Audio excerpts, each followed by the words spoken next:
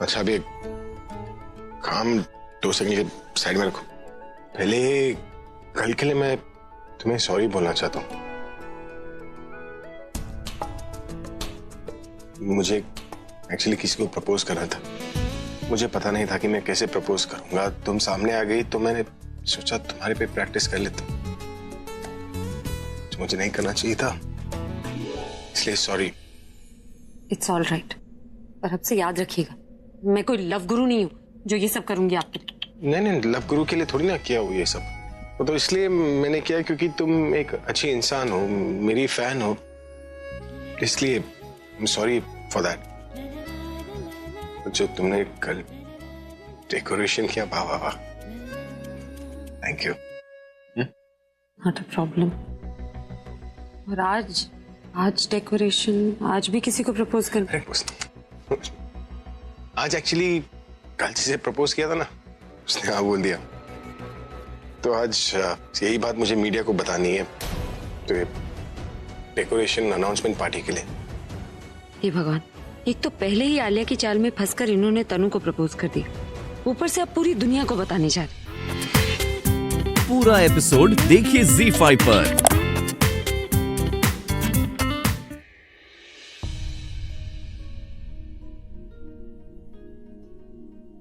तू यहाँ क्या कर रही है और किससे पूछकर अंदर आई है? किसी ने बुलाया तुझे?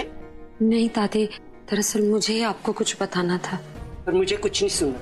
दीदी 1 मिनट रुको, अब वो आ ही गई है ना तो उसे सुन भी लो, ठीक है ना? ओ भाई जल्दी से बता तुझे क्या बोलना है, इन्हें जल्दी बोल। एक जरूरी बात है आपके पोते के बारे में। वो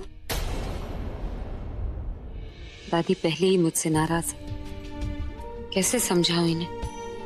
अगर तू अभी के बारे में कुछ बोलने आई है ना, पार्टी में जो हुआ, अगर उसके बारे में बात करनी है ना, तो तू वापस चली जा, क्योंकि हमें सब पता है।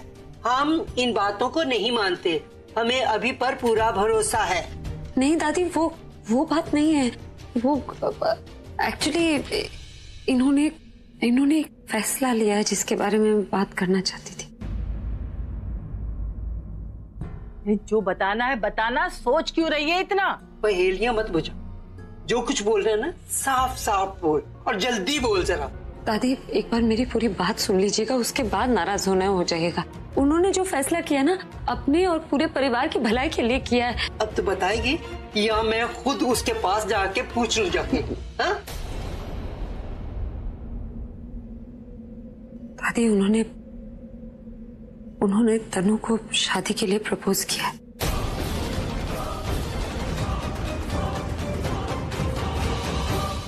तनु ने हाँ कह दी और आज इस घर में एक पार्टी रखी गई है ताकि वो पूरी मीडिया को ये बात बता सके। प्रज्ञा कि तू क्या बोल रही है? अभी हमारे साथ ऐसे कैसे कर सकता है? अगर ऐसा उसने किया भी है ना, तो वो खुद मुझे आके बताता, तुझे नहीं भेजता बताने के लिए। अरे यार हवाई सारी बात बिगाड़ ना दे। मैं नहीं मानती इस बात को। मुझसे पूछे बगैर ऐसा करेगा, ये तो मैं बिल्कुल ही नहीं मानूंगी। Ladies, Batinda and Patinga. अभी ये मैं क्या सुन रही हूँ? तूने तनु को शादी के लिए प्रपोज किया, मुझे बताए बगैर, से पूछे बगैर, और फिर खुद बताने नहीं आया? इसे क्यों भेज दिया? हाँ दादी, ये सच है। और वो मैंने इसे इसलिए भेजा क्योंकि ये मेरी पर्सनल सेक्रेटरी है ना दादी, तो मैं देखना चाह रहा था कि मेरी पर्सनल सेक्रेटरी मेरे पर्सनल काम करने में कितनी एफिशिएंट है। और तो छोड़ इन बातों को, ये बता कि ये लड़की सच बोल रही है कि झूठ?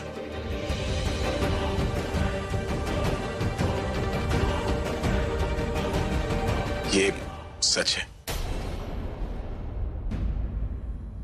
अभी अब शादी की तुझे इतनी जल्दी क्या थी? चल तूने प्रपोज कर दिया तो कर दिया, ये मीडिया न्यूज ये सब क्या करना है तुझे? ये हाँ, और फिर तूने हमें भी नहीं बताया। अच्छा चल तूने मुझे नहीं बताया ना, से कम दीदी से तो सलाह कर लेता। तासी, दादी, मुझे पता है ये बात आप लोगों को अजीब लग रही है, पर मेरे पास और कोई रास्ता नहीं था। अगर रास्ता होता तो मीडिया क्या, मैं तो तनु को प्रपोज तक नहीं करता। पार्टी में जो हुआ उसका असर मेरे परिवार पर पड़ता। लोग तो दादी से सवाल करते, उनकी परवरिश पर उंगली उठाते, और मैं वो कभी बर्दाश्त नहीं कर पाता। क्या मजे की खबर छपी। या तो आप मोबाइल पे लगे रहते हो या अखबार में बेफजूल की खबरें पढ़ते रहते हो। आपको कुछ भी पता है कि घर पे हो क्या रहा है? क्यों भाई, इस घर में क्या हुआ जो मुझे नहीं पता? क्यों? दुनिया भर की बातों पे तो ध्यान रहता है आपका। आपने ध्यान भी दिया है पीछे कि प्रज्ञा के साथ क्या हो रहा है? क्या हो गया प्रज्ञा को? अच्छी भली तो है, दफ्तर भी गई है, माना थोड़ा लेट गई है, तो फिर क्या हो गया? अब उसके लेट जाने से भी तुझे प्रॉब्लम है? नहीं बीजी, मुझे उसके लेट जाने से कोई टेंशन नहीं हो रही है। कल रात को जब वो ऑफिस से आई तो कितनी खुश थी, इतना ज्यादा खुश तो मैंने उसे कभी देखा ही नहीं। और फिर सुबह एकदम से उदास बैठी हुई थी। जब मैंने पूछा कि ऑफिस क्यों नहीं जा रही तो कहने लगी कि बॉस बाहर गया है, इसलिए कहा है कि तू भी आज मत आना। और फिर एकदम से तैयार होकर ऑफिस चल पड़ी। बीजी, मुझे समझ में ही नहीं आ रहा है कि इस लड़के की जिंदगी में हो क्या रहा है। वो कुछ बताना नहीं चाह रही, कुछ छुपा रही है, या मैं ही समझ नहीं पा रही हूँ। कुछ अजीब सा हो रहा है बीजी, आपको नहीं दिख रहा? ओए सरला, छोड़ ये बातें, प्रज्ञा ठीक हो जाएगी। चल यहाँ से कहीं बाहर घूमने चल।